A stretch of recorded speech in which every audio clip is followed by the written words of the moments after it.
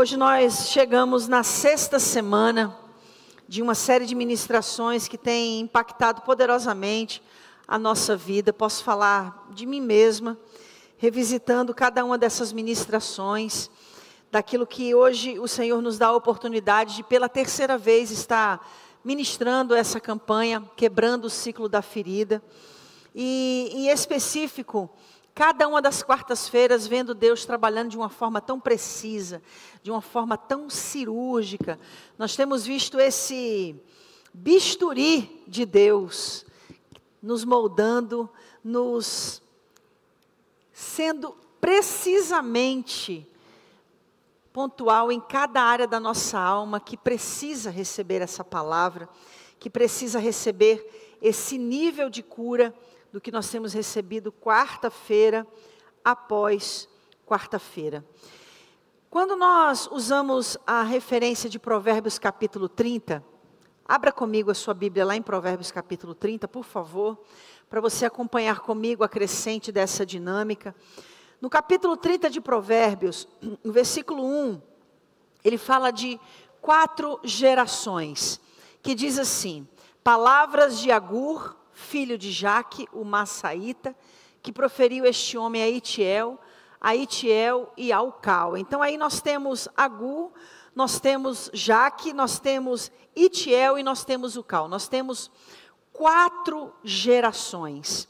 Quando a gente vai especificamente para o versículo 11 ao versículo 14, diz: existem os que amaldiçoam o seu pai e não abençoam a sua mãe. Aqui nós temos a abertura da ferida, e nessa abertura da ferida, obviamente, neste instante em específico, você tem uma atuação de um demônio. Segundo ciclo da ferida, segundo estágio da ferida, versículo 12, os que são puros aos seus próprios olhos, e que ainda não foram purificados da sua impureza. Aqui você tem o processo da espiritualização da ferida, uma outra entidade que atua neste segundo estágio. Versículo 13, terceiro estágio, os que têm olhos altivos e olhar desdenhoso. Aí nesse versículo 13 nós temos o terceiro estágio, que é a compensação da ferida, uma outra entidade atuando. No versículo 14, pessoas cujos dentes são espadas e cujas mandíbulas estão armadas de facas para devorarem os necessitados desta terra e os pobres da humanidade. E aqui a gente tem o 4º estágio, completando aí o ciclo da ferida, e nesse 4º estágio a gente tem o estágio da propagação, que é o mais terrível de todos os estágios.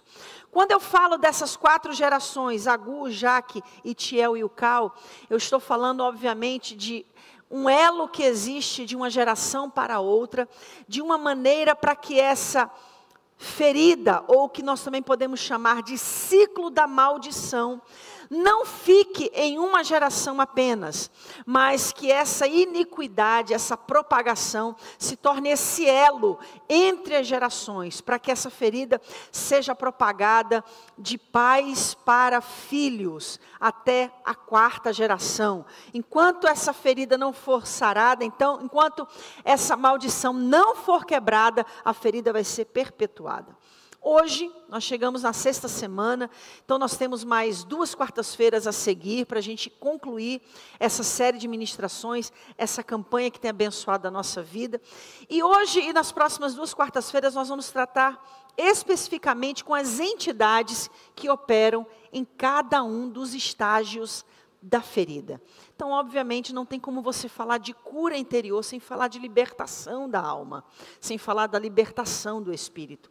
Inclusive, gente, eu quero aproveitar para falar um pouquinho sobre a Liga de Libertadores. A gente está na última semana para as inscrições, e algumas pessoas elas me abordam, e sempre com as mesmas perguntas. A Liga de Libertadores é para quem quer ser um libertador, para quem quer exercer um ministério de exorcismo, de libertação, de expulsão de demônios? Não, a Liga de Libertadores não é um lugar onde você vai estar se preparando, pelo menos a primazia do curso não é essa.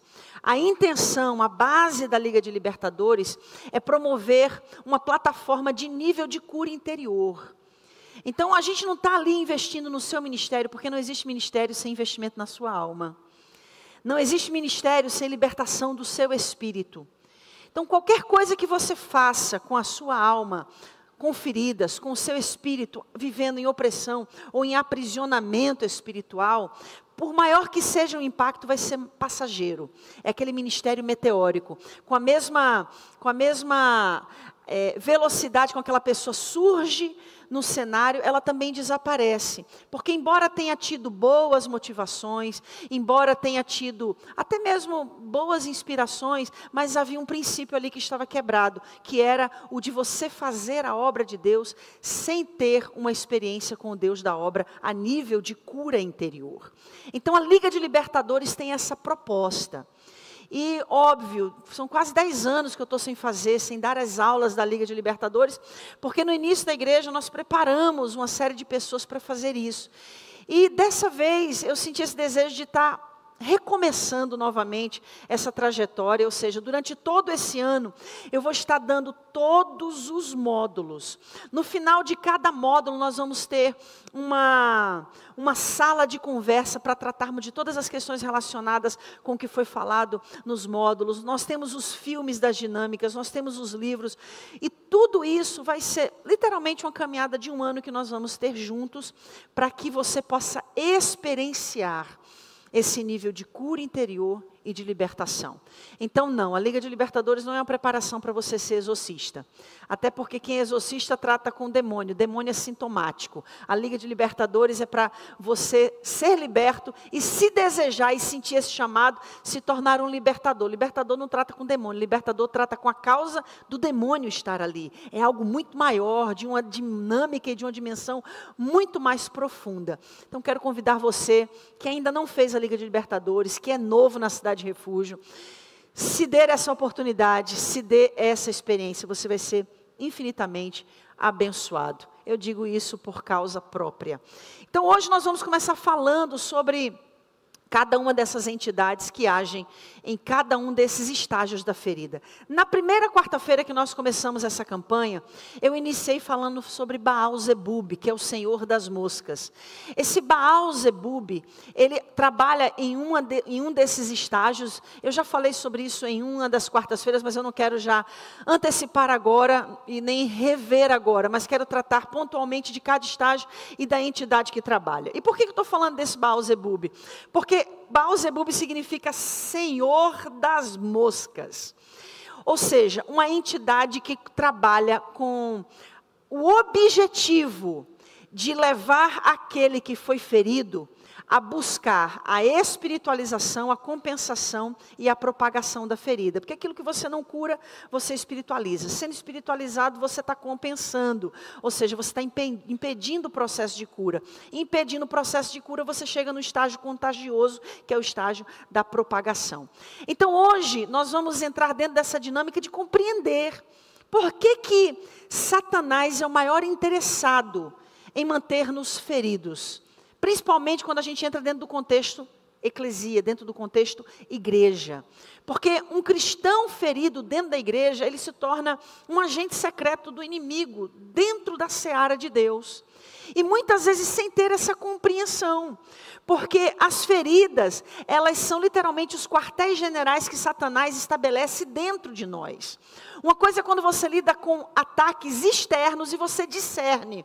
Outra coisa é quando você lida com ataques internos e muitas vezes você confunde esses ataques com emoções, com personalidades. Inclusive a gente vai falar um pouquinho sobre a distinção entre isso.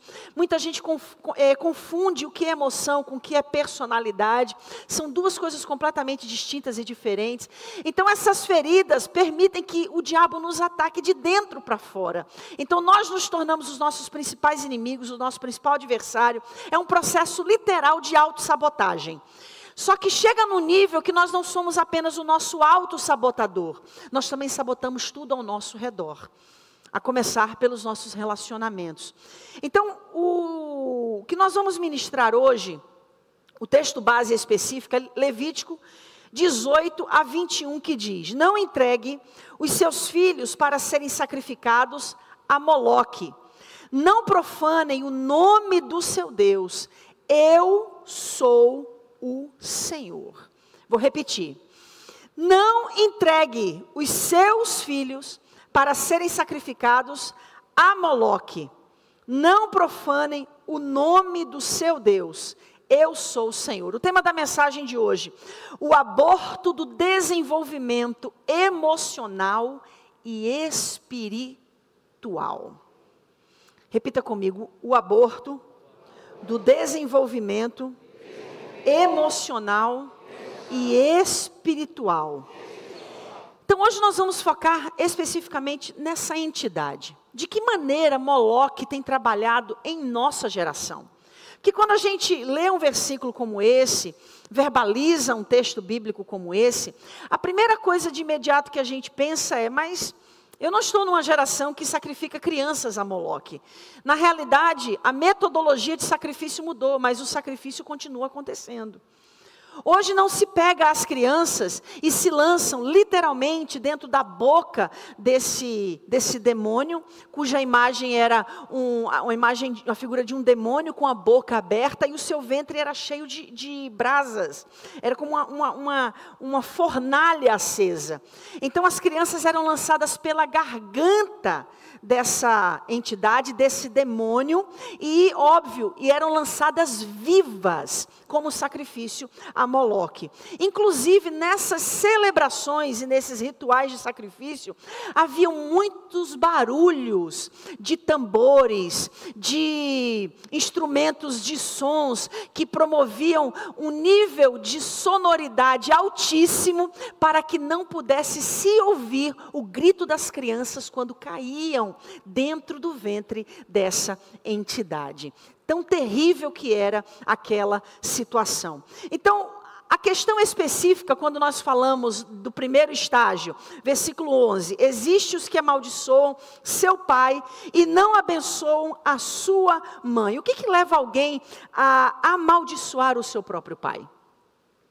O que leva uma pessoa a não abençoar a sua mãe? O que leva os filhos a terem com os pais, ou dentro de um contexto de muitas famílias que nós temos aqui na nossa igreja, de não abençoar as suas mães, os seus parentes? Eu vou usar uma palavra que inclui essa diversidade de família, amém? Então, o que leva um filho, uma filha, a não abençoar os seus parentes? A amaldiçoar os seus parentes? Queridos, eu acredito que se eu for perguntar aqui, quem foi que teve um relacionamento perfeito com seus pais, ninguém vai levantar a mão. Porque todos nós tivemos dificuldades com os nossos pais. Uns mais, outros menos, outros de uma proporção inimaginável, outros de uma proporção mais compreensiva, dando-se o fator da diferença das gerações, os desafios da diferença das gerações. O fato é que quando o escritor de Provérbios fala destes que amaldiçoam o seu pai e que não abençoam sua mãe, estão falando daqueles que viveram crises tão terríveis entre os seus parentes, que fizeram com que esse elo que une as gerações fosse quebrado. E ao invés de se estabelecer um relacionamento que promove o propósito de Deus na vida dos filhos, ao invés de haver um relacionamento que projeta aqueles filhos para a totalidade da vontade de Deus para aquela pessoa, foi um relacionamento que, com esse elo quebrado, inviabilizou esse filho, essa filha, essa pessoa, de viver esse propósito de Deus, porque os parentes que tinham essa responsabilidade de representar o cuidado de Deus, o amor de Deus, a aceitação de Deus, a inclusão de Deus, a proteção de Deus, fracassaram no seu propósito. Então, de alguma forma, quando nós falamos de Moloque nos dias atuais, nós estamos falando de uma entidade que procura destruir o relacionamento entre os seus pais, as mães e os seus filhos, os parentes e os seus filhos. Essa entidade, como no tempo passado se alimentava do sangue das crianças que eram entregues a ela, hoje essa entidade continua se alimentando do sangue das crianças, se alimentando das feridas, do sangue dessas feridas de abuso, do sangue dessas feridas de rejeição, do sangue dessas feridas causadas por causa do abandono. Você perceba que a estratégia de Satanás, ela pode vir numa manifestação diferente, mas com o objetivo semelhante. Ou seja, assim como aquelas crianças eram destruídas na sua existência e na sua herança, porque eram literalmente assassinadas, mortas, entregues para Moloque, hoje nós temos a geração dos moleques. Sejam os moleques de rua, ou sejam todos aqueles que viveram situação de abuso, de abandono e de rejeição. Porque quando os parentes rejeitam um filho, essa entidade os adota. É exatamente assim que acontece no mundo espiritual. Então veja bem, porque eu preciso muito que você compreenda o quanto que Deus, Ele evidencia na palavra a repugnância que Ele tinha com esses ritos satânicos, diabólicos, que aqueles povos pagãos faziam com os seus filhos, cujo depois Israel, o povo de Deus, também começou a praticar. Nós temos aí o exemplo de Salomão. É Salomão que traz o culto a Baal para dentro de Israel. É Salomão que começa a promover esses cultos pagãos dentro do território de Israel, trazendo essa contaminação espiritual. Agora veja bem, eu entrei hoje para ter dados atuais no site da Câmara dos Deputados. E foi declarado que no ano passado, só no ano de 2024, tá? No Brasil, nós tivemos 800 mil mulheres praticando o aborto. Então nós estamos falando de quase 1 milhão de crianças que foram lançadas a Moloque, não através de um ritual de entrega da criança pela boca de Moloque, mas através de um ato aceitável, inclusive muitas vezes combatido para ser legalizado, já legalizado em alguns países. A metodologia mudou, mas o sangue continua sendo derramado. Veja bem, o que eu quero dizer aqui hoje para você, eu não estou para discutir questões de cunho social. Se você concorda, se você não discorda, ainda que nós tenhamos opiniões diferentes, e eu quero dizer que eu estou no lugar de respeitar a sua opinião, a minha opinião, ela está baseada num critério bíblico, de como eu compreendo os fundamentos da palavra de Deus. E não só dentro de uma questão de cunho social, mas principalmente de uma questão que não pode nunca ser esquecida, que é a questão de cunho espiritual. Eu não estou aqui para discutir questões de ideologia, questões de política. Eu não estou aqui para discutir questões também de cunho religioso sobre o assunto. Mas eu quero trazer a luz bíblica acerca do que implica espiritualmente o aborto. Óbvio, fui conduzida a tentar compreender qual é a dimensão desses sacrifícios a Moloque a nível mundo. No ano passado, em 2024, 73 milhões de abortos aconteceram no mundo. E por alguma questão, eu decidi pesquisar, nos 6 anos que durou a Segunda Guerra Mundial, quantas pessoas morreram, quantos civis foram mortos em 6 anos de guerra mundial. Então, nesses 6 anos, 56 milhões de civis morreram. Isso significa que em 6 anos de Segunda Guerra, morreu-se menos pessoas na pior guerra que o mundo e a humanidade já testemunhou do que no ano passado ocorreram em abortos no mundo. Em um ano, o mundo sacrificou 73 milhões de inocentes a Moloque. Eu estou falando de 17 milhões a menos de pessoas que morreram, vítimas da atrocidade de Hitler. Se você for falar de outros homens que cometeram terríveis atrocidades como Lenin, como Stalin, nenhum desses promoveram um nível de atrocidade tão grande quanto o que foi promovido no ano passado. 73 milhões de abortos no mundo.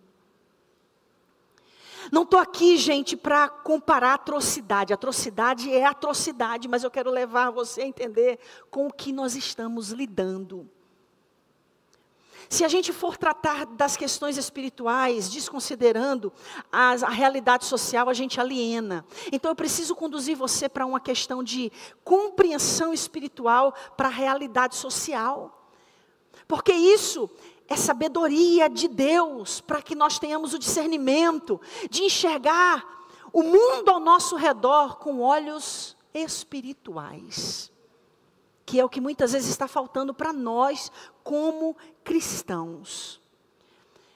Com essa questão relacionada ao abandono e à rejeição, uma outra pesquisa que eu fiz, no ano de 2024, no ano passado, nasceram 20 milhões de crianças no Brasil.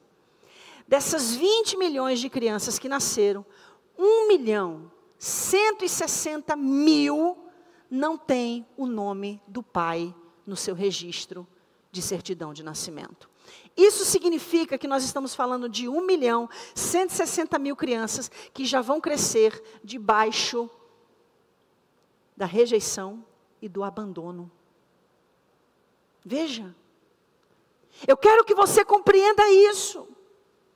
E eu quero levar você a entender o que eu estou trazendo aqui com muito temor e tremor, dentro de uma perspectiva bíblica, inclusive compartilhando com você um entendimento que eu tive quando eu li esse texto sagrado, Gênesis capítulo 25, versículo 19 a 23.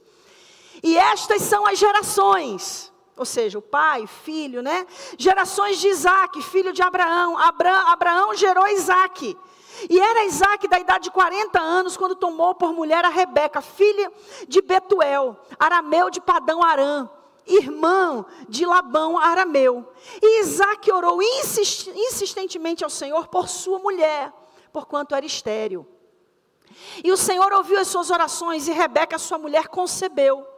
E os filhos lutavam dentro dela. Então disse, se assim é, por que sou assim? Rebeca ora ao Senhor, ela estava aflita, por que aquilo estava acontecendo?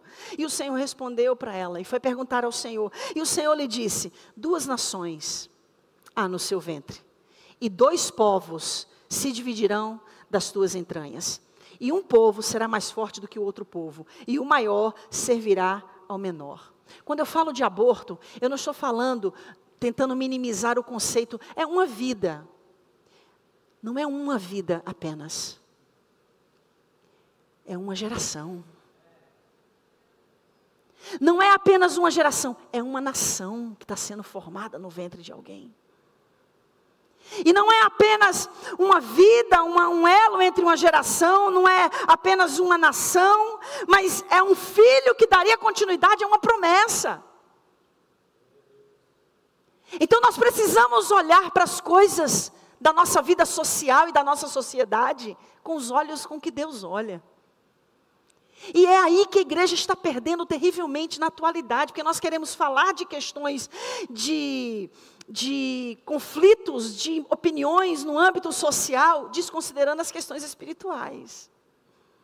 E é aí que a gente peca terrivelmente, porque não é uma vida, é um pai de multidões, é uma mãe de multidões, é uma pessoa de multidões que está ali. E que foi sacrificado a Moloque, que foi morto, que foi assassinado.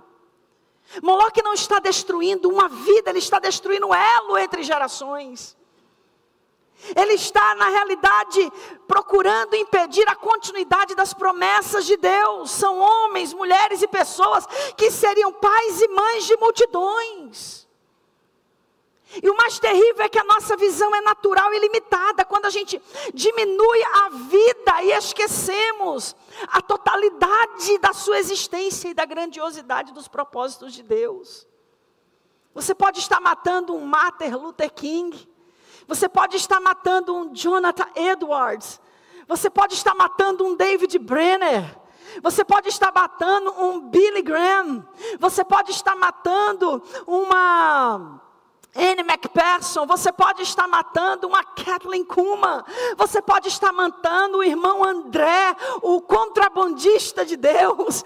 O homem que mais lançou Bíblias nos países comunistas onde era proibida a entrada da Bíblia. Não é apenas uma vida, é alguém com quem Deus tem um propósito, com quem Deus tem uma singularidade, com quem Deus tem uma obra tremenda a realizar. Então eu estou falando que nesse ano nós tivemos exatamente essas 73 milhões de nações, de gerações, de homens, mulheres e pessoas que foram sacrificados a Moloque. Olhe para quem está ao seu lado e diga: Deus nos trouxe aqui hoje para nós entendermos como essa entidade tentou contra a herança do Senhor na nossa vida. Veja, gente, Moloque, também conhecido como Moleque, era essa entidade que exigia essas práticas de rituais e sacrifícios infantis. Então nós estamos falando dos amonitas, que foram o povo de onde originou-se esses rituais e essa adoração a Moloque. E eu não sei se você sabe quem são os amonitas. Os amonitas são irmãos dos moabitas. E os amonitas e os moabitas são frutos do incesto de Ló com as suas duas filhas. Você perceba que tudo tem uma raiz, tudo tem uma base. E é por isso que é tão importante a gente conhecer as Escrituras Sagradas. É por isso que Jesus diz: vocês pecam por não conhecer as Escrituras Sagradas, porque são elas que de mim testificam, e é nelas que vocês cuidam em ter a vida eterna. Existem muitas respostas que nós estamos procurando em âmbito natural que nós não vamos obter. Essas respostas estão no mundo do Espírito, no reino do Espírito. Nesse lugar onde o Senhor quer revelar aos seus amados, aos seus escolhidos. Aqueles que serão chave de libertação. Aqueles que serão instrumentos nas mãos de Deus. Ponta de lança na mão do Senhor numa geração. Para libertar gerações inteiras. É sobre isso, é exatamente sobre isso. Gênesis capítulo 19, versículo 36 a 38 diz: e conceberam as duas filhas de Ló de seu pai. E a primogênita deu à luz um filho e chamou-lhe Moabe. Este é o pai dos moabitas até o dia de hoje. E a menor também deu à luz um filho e chamou-o Ben-Amim. E este é o pai dos filhos de Amon até o dia de hoje. É por isso que Moloque é o pai da orfandade. Por isso que essa entidade é conhecida como pai da orfandade. O grande alvo dessa entidade são as crianças. E esse fogo de Moloque na atualidade tem sido exatamente esse abandono, esse abuso e essa rejeição. Essa tem sido a sua grande arma. Então hoje nós temos milhares de crianças no Brasil abandonadas. Crianças que de alguma forma estão sendo queimadas vivas em sua existência desde a infância. Eu não sei se você anda muito por São Paulo, mas quando a gente tem a possibilidade de fazer visitas, de ir a determinados lugares, andando por São Paulo, é terrível a quantidade de crianças nos faróis, é terrível a quantidade de crianças numa situação de moleques de rua, é terrível. Você não está vendo apenas uma crise social, você está diante de uma crise espiritual. É muito maior, com proporções e projeções de impacto a nível de futuro, muito maior do que a gente pode imaginar.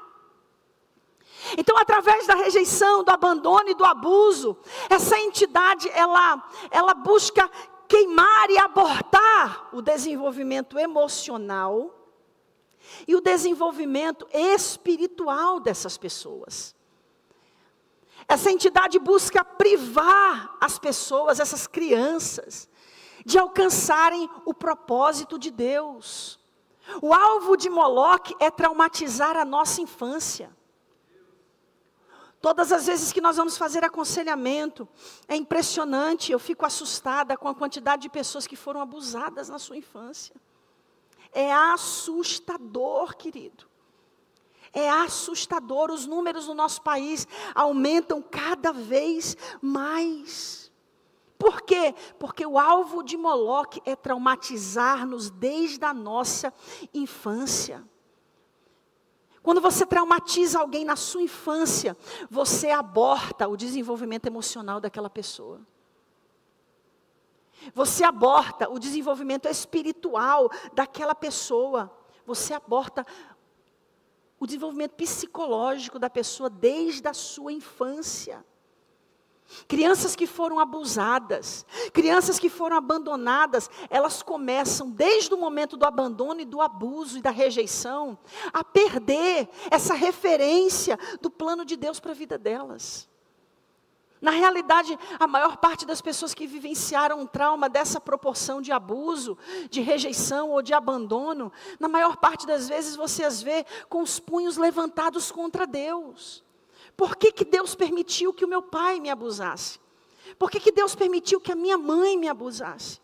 Por que Deus permitiu que pessoas, figuras de autoridade, que estavam no lugar de me proteger, de cuidar de mim, de me colocar num lugar onde eu me sentisse salva, por que essas pessoas fizeram isso comigo?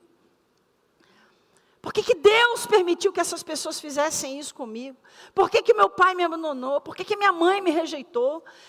E muitas dessas perguntas e desses questionamentos levam-nos exatamente a esse lugar de perder a perspectiva do plano de Deus. E pior, de acreditar no amor de Deus. E esse é um dos trabalhos mais enfáticos que nós fazemos. É levar as pessoas a voltarem a acreditar no amor de Deus. É por isso que as pessoas hoje precisam ser saradas. E muitas vezes nós estamos prejudicando terrivelmente a obra de Deus, porque a gente já quer fazer a obra de Deus sem atentar para esses processos de cura que a gente precisa viver. E aqui eu não estou dizendo que você tem que estar sarado 100% para fazer a obra de Deus. Se a gente depender de que a gente esteja 100% sarado para fazer a obra de Deus, aí a obra para. Mas eu estou falando de, no mínimo, você reconhecer que existe uma ferida ali que precisa ser cuidada, que precisa ser tratada. É por isso, queridos, que quando você olha para essa geração, você vê uma geração desesperada por atenção. Não tem outra justificativa.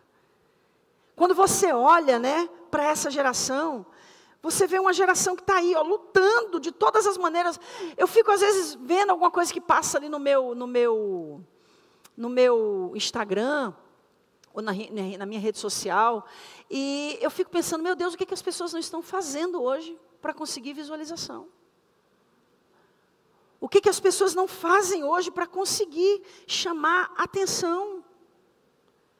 E eu não vou aqui enumerar que sejam coisas erradas em si mesmas, mas o fato aqui é a linguagem.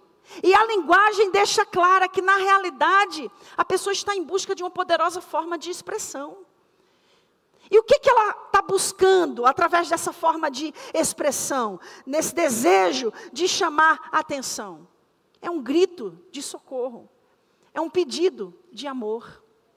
Então, quando você encontra pessoas que muitas vezes usam situações de extravagância, e eu não quero estabelecer nenhum tipo de doutrina, tá? Mas piercings, tatuagens assustadoras, músicas satânicas, cabelos coloridos, isso tudo eu estou falando de uma forma desequilibrada, tá, gente? Mais uma vez eu estou abrindo um parênteses aqui, porque a gente é uma igreja que tem muitas pessoas jovens. Então, eu não quero fazer disso aqui uma questão de doutrina, mas eu quero que você entenda dentro do que eu estou dizendo. Então, você vê pessoas com correntes pelo corpo, chifres no corpo. Eu vi um Instagram essa semana que eu chorei quando eu vi. Eu chorei, gente, eu chorei. Porque passou ali no meu feed, uma pessoa que partiu a língua no meio, fez vários furos no rosto, tatuou o rosto, botou chifres, vários chifres na cabeça, e o último view da imagem do Rios era ele dizendo assim: eu entrego tudo, amputando 2 dedos na mão para ficar com a mão em forma de garra. Você sabe o que é isso? Isso é uma carência crônica. Consequência de uma insegurança atormentadora. É por isso que no versículo 15 de Provérbios 30 está assim, a sanguessuga tem 2 filhas, a saber, dá. Então nós estamos falando de uma geração altamente carente, que tem exatamente esse perfil da sanguessuga. Quanto mais você entrega, mais ela quer. Mais carente ela é. Porque nada do que você faça vai saciar essa carência. Aí entra a questão da compensação, que a gente já falou em outras quartas-feiras, que eu não vou voltar aqui. Então você tem toda essa carência, né, sendo compensada pela imoralidade, pela promiscuidade. Então isso tem uma raiz. Isso tem um nome.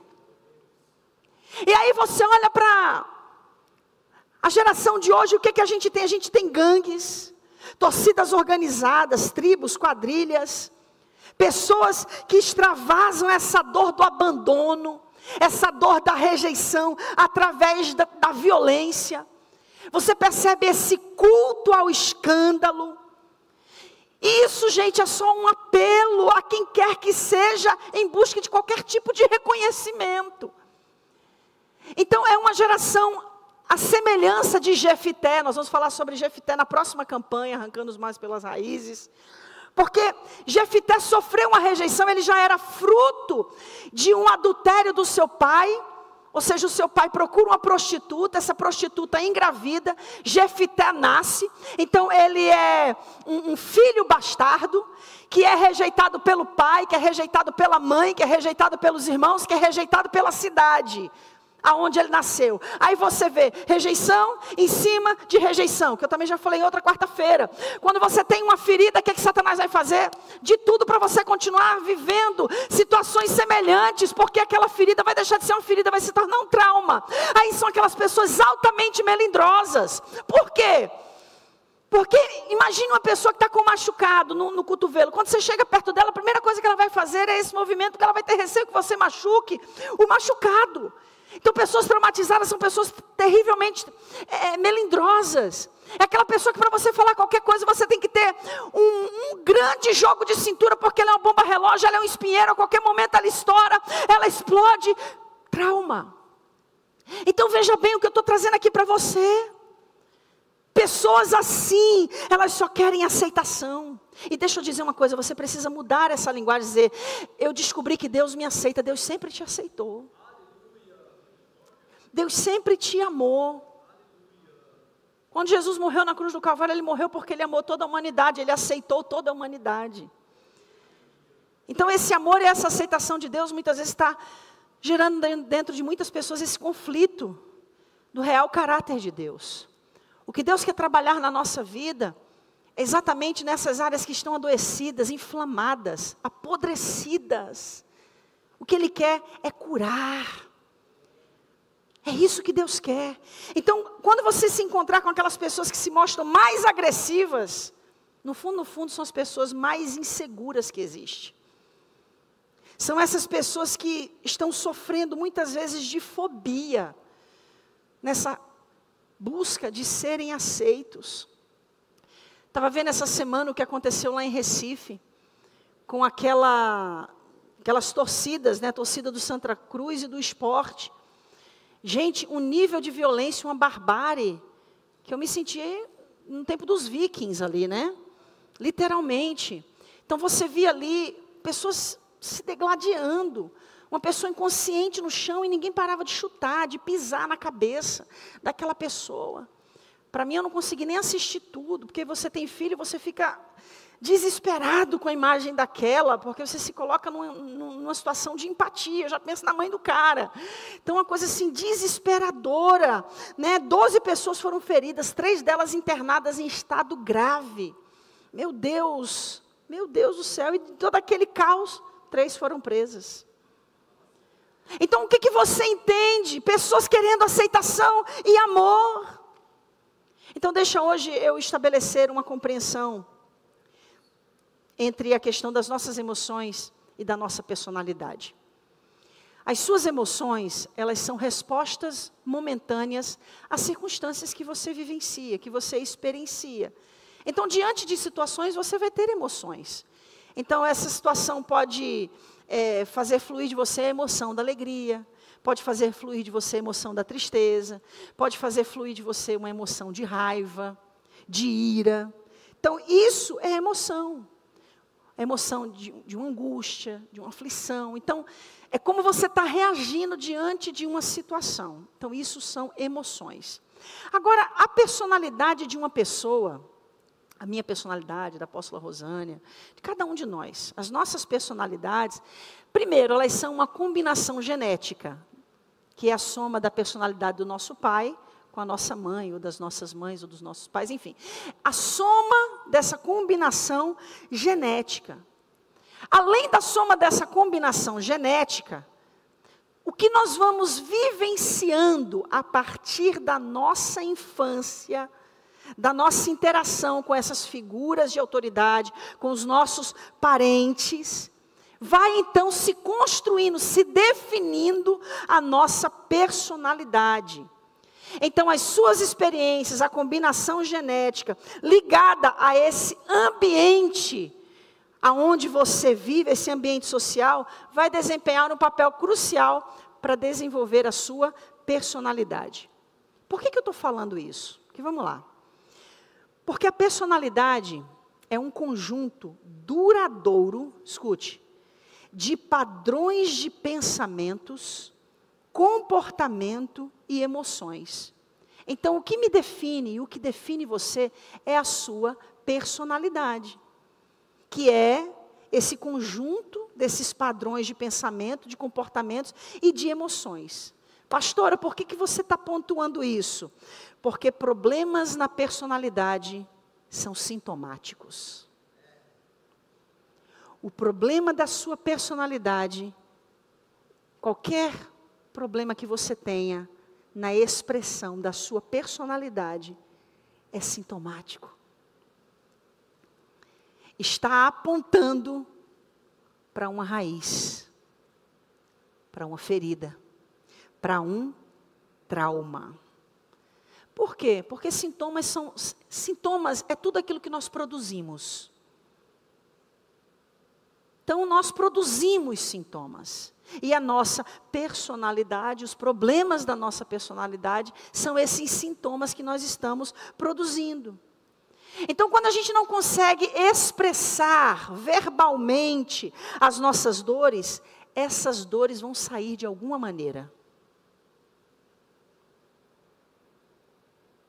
Quando você não consegue expressar as dores da sua alma, elas vão se externalizar de alguma forma. Os sintomas vão aparecer. E é fundamental, como igreja e família, que a gente saiba interpretar esses sintomas.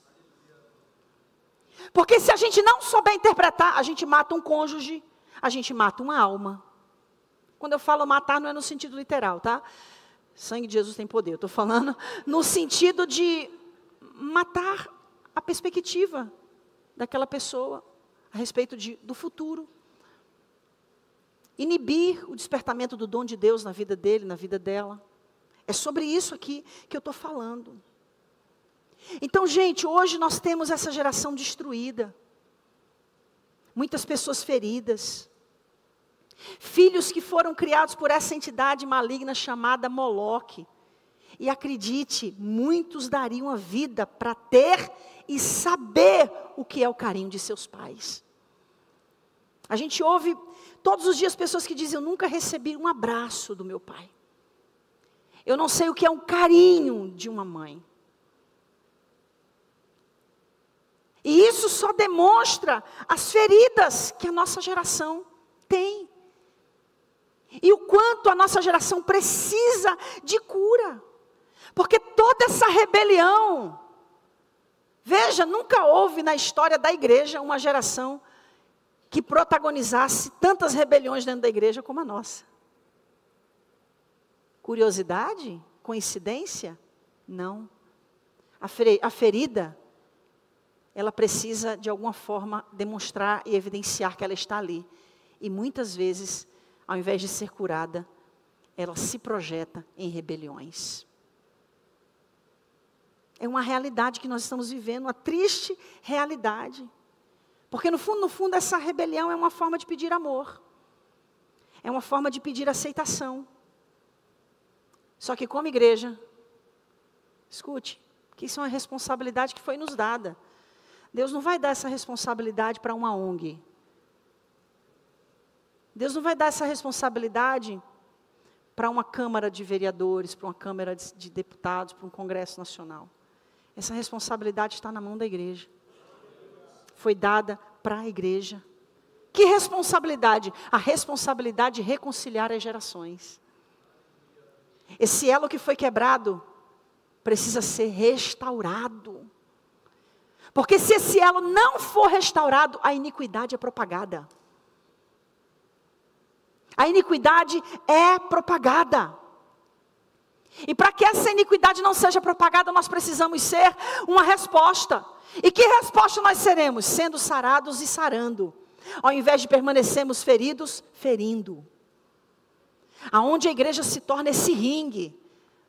Aonde, ao invés da gente ver a parábola do bom samaritano se cumprindo em nossas vidas a partir deste samaritano que limpa as feridas com vinho, que unta com azeite, que coloca sobre o seu animal, leva para a hospedaria e paga e diz, cuide dele, e quando eu voltar, se ele tiver gasto mais alguma coisa, eu darei a paga pelo seu gasto. Nós estamos em outro lugar da parábola. Em que lugar? No lugar em que vêm os salteadores, tomam de tudo daquele homem, daquela pessoa, e lançam no caminho quase morto. Aí vem o sacerdote, vê e passa de largo. Aí vem o levita e vê o exemplo do sacerdote e faz a mesma coisa, passa de largo. Nós não podemos ser a geração dentro da igreja onde opera a lei da selva de pedra. Mas enquanto a gente estiver ferido e não for curado, é assim que nós vamos fazer. Nós não vamos nos importar com a dor das pessoas que cruzam o nosso caminho. Enquanto um está dizendo, eu entrego tudo e corta os dedos para aparecer com as mãos de garra, nós que temos todas as ferramentas, só fazemos a obra quando é conveniente, porque quando exige algum sacrifício da gente, a gente racha fora. Por quê? Porque a ferida te faz mover-se na conveniência do que é bom para você. Pessoas feridas, elas vão até um limite. O limite da conveniência. E aí, não estou aqui usando essa palavra para acusar ninguém, por favor. Me dê um tempo. Eu estou aqui usando essa palavra para curar pessoas. E para dizer que se você se entende e se enxerga nesse lugar, que nós queremos ser uma plataforma de cura para a sua vida. Porque não dá para curar quem não quer ser curado. Nem Deus cura quem não quer. Respeita o livre-arbítrio. Precisamos ser sarados, ser curados. Porque quem vai curar esse mundo serão pessoas curadas. Quem vai curar essa geração serão pessoas curadas. Minha esposa durante anos pastoreou igrejas tradicionais. Quando ela começou a pastorear a Cidade Refúgio, ela começou com a seguinte fala, é a mesma coisa, a gente é gente. Pergunta para ela se ela pensa a mesma coisa hoje. Não. Pastorear uma comunidade LGBT é muito difícil. É muito difícil. É muito difícil. Mas eu sei, e a minha fala, né, repetitiva, não é para trazer nenhum sentimento de tadinha, não, por favor. Nós não somos pessoas que buscam essa linguagem de autocomiseração. Até porque a gente entende que se nós estamos nesse lugar, Ele nos preparou para esse lugar. Ele sabe que a gente suporta. E quando a gente pensa que não vai aguentar, Ele nos suporta. Então não é sobre isso. O que eu quero dizer é, nós poderíamos estar muito longe. Essa galeria poderia já estar entupida. E quando eu falo isso, eu não estou falando de números, de dinheiro. Eu estou falando de vidas. Porque números e dinheiro é passageiro. A gente precisa de recursos para fazer a obra, isso é indiscutível. Mas eu estou falando da eternidade de milhares de pessoas. Por quê? Porque essa ferida, na nossa geração e na nossa comunidade, tem usado a boca de muitos de nós para, ao invés de evangelizar, arrancar pessoas da igreja. Ao invés de curar pessoas, de ferir pessoas. Eu falei sobre isso domingo. Nós estamos envelhecendo, vocês não vão ter a gente para sempre. Eu não quero que a cidade de refúgio, nós não queremos que a cidade de refúgio seja uma igreja que existe somente enquanto nós estivermos aqui. Vocês vão dar continuidade a isso. Isso vai alcançar proporções que nós nem imaginamos, se Jesus não voltar agora. Mas se a gente não entender essa responsabilidade do que Deus nos entregou, nós vamos perder a oportunidade de sermos agentes de reconciliação nessa geração. Malaquias 4, versículos 5 a 6, para terminar. Eis que eu vos enviarei o profeta Elias, antes que venha o grande e terrível dia do Senhor. E ele converterá o coração dos pais aos filhos e o coração dos filhos a seus pais, para que eu não venha e fira a terra com maldição. Que unção é essa do profeta Elias? É a unção que se manifesta na vida de João Batista. E que unção foi essa na vida de Elias? Uma unção de arrependimento que veio sobre Israel. O maior avivamento da história de Israel aconteceu no Monte Carmelo, através do profeta Elias. Escolhei hoje a quem se vai, se a Deus ou se a Baal. E se Baal for Deus, sirvam a ele. Mas se Deus é Deus, sirvam a Deus. E ali houve o grande desafio, no Monte Carmelo. E ali houve um grande avivamento em Israel. Mas só aconteceu porque houve arrependimento. E aí vem João Batista. João é aquele que vem com essa unção de Elias, chamando aquela geração que estava há 400 anos com silêncio profético, porque essa foi a última profecia do Antigo Testamento. Algumas Bíblias têm 4 páginas em branco, representando 100 anos para cada página. 400 anos de voz profética silenciada. Ou seja, essa voz profética volta a ecoar. Quando chegam para João Batista e perguntam: quem você é? Você é Jeremias? Não. Você é Elias? Não. Você é algum dos profetas? Não. Você é o Messias? Não. Coisa boa, quem sabe quem é. E quem não quer ser, quem não foi chamado para ser. Aí João Batista, ouvindo-os, ele lhes pergunta: então quem você é? Eu sou a voz que clama no deserto. Eu sou aquele que prepara o caminho para o avivamento. Eu sou aquele que não sou digno de atar as alparcas dos pés dele. E o que eu estou fazendo convém que eu diminua para que ele cresça. É esse quem eu sou. Pessoas curadas sabem quem são. Pessoas curadas não se importam de servir a outros que têm um chamado maior do que o delas. Pessoas curadas não se importam de ser usadas para pavimentar o caminho para outros que virão. Mas quem não é curado quer estar na evidência de tudo. Quer ser o dono de um mover. Compete por tudo. É por isso que a palavra diz que o Senhor precisaria que esta unção viesse para que restaurasse. Por quê? Porque se não houver restauração entre gerações, a maldição é propagada, a ferida é propagada. E aí ele diz: aí eu venho e destruirei a terra. Você está achando que a humanidade está em tilt? Você está tendo essa sensação? Ferida de gerações para gerações. E não vai melhorar. E esse movimento precisa começar conosco. Porque o caminho da libertação dessa orfandade espiritual está em encontrar o caminho de volta ao Pai. Queridos, quando eu ouvi isso, eu fiquei impactada. Porque eu olho para a cidade de refúgio, eu encontro na cidade de refúgio essa identidade. Deus nos entregou um ministério de reconciliação nas nossas mãos. Deus sabe a quantidade de filhos e filhas que chegaram aqui com esse elo quebrado com os seus pais, com as suas mães, com os seus parentes. O quanto essa igreja tem trabalhado nessa restauração desse elo. Tem sido lindo o que Deus tem feito. Porque Deus nos deu uma missão, e a missão é mostrar para essa geração que está debaixo de uma orfandade espiritual. Ou seja, de uma geração que foi rejeitada, que foi abusada, que foi abandonada. E essa é a história de muitos de nós. A encontrar de novo o coração do Pai. Uma geração que precisa encontrar de novo o caminho em direção ao Pai. João 14:6. Que tem tudo a ver com as 3 primeiras unções do ano. Caminho, verdade e vida. João 14:6. Disse-lhe Jesus, eu sou o caminho, a verdade e a vida. Ninguém vem ao Pai se não for por mim.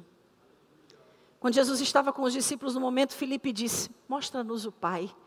E Jesus responde para ele, João 14, versículos 7 e 9. Se vós me conhecesses a mim, também conhecereis a meu Pai. E já desde agora o conheceis e o tendes visto. Disse-lhe Filipe, Senhor, mostra-nos o Pai. Isso nos basta. Disse-lhe Jesus, estou há tanto tempo convosco, não tendes me conhecido, Filipe? Quem vê a mim, vê o Pai. É para esse lugar que Deus está nos levando.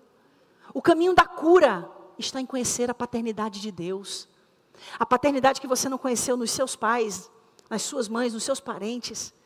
Deus quer te dizer que Ele tem para você. Você não precisa aceitar a adoção, consciente ou inconsciente, de Moloque. Hoje nós estamos aqui para rejeitar toda adoção de Moloque nas nossas vidas. Nós não precisamos de Moloque adotando a nenhum de nós, porque Deus, Ele é o nosso Pai. Ele é aquele que enviou seu Filho para morrer por nós. É Ele. Deus quer se revelar a você, cidade de refúgio.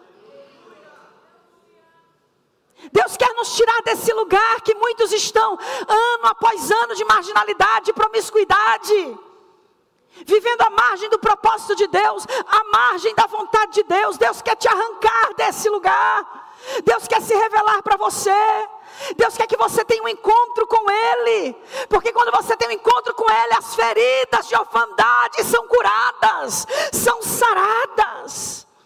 Jeremias 30:17. Vem aqui, FMD, por favor. Eu te restaurarei a saúde e curarei as tuas feridas, diz o Senhor. Põe a mão no nome de quem está do seu lado e diga, Ele quer te curar. Ele quer te restaurar. Aleluia. Olha que linda a tradução que está no telão. Farei cicatrizar o seu ferimento e curarei as suas feridas, declara o Senhor, porque chamam a você Sião de rejeitada, aquela por quem ninguém se importa. Olha que coisa linda. Você pode ser alguém que as pessoas disseram, ninguém se importa com você, você foi abandonado, você foi rejeitado, você foi abusado. E o Senhor está dizendo, eu vou cicatrizar essa ferida aí, ó. Eu vou cicatrizar, eu vou curar essa ferida aí. Semana passada eu disse que toda ferida tem a marca da arma que causa essa ferida. Eu quero te dizer que você vai sair daqui hoje carregando a marca da cura da ferida, que é a marca do amor de Deus, sobre a sua vida. Salmo 103, verso 2 e 3. Bendize, ó minha alma, ao Senhor.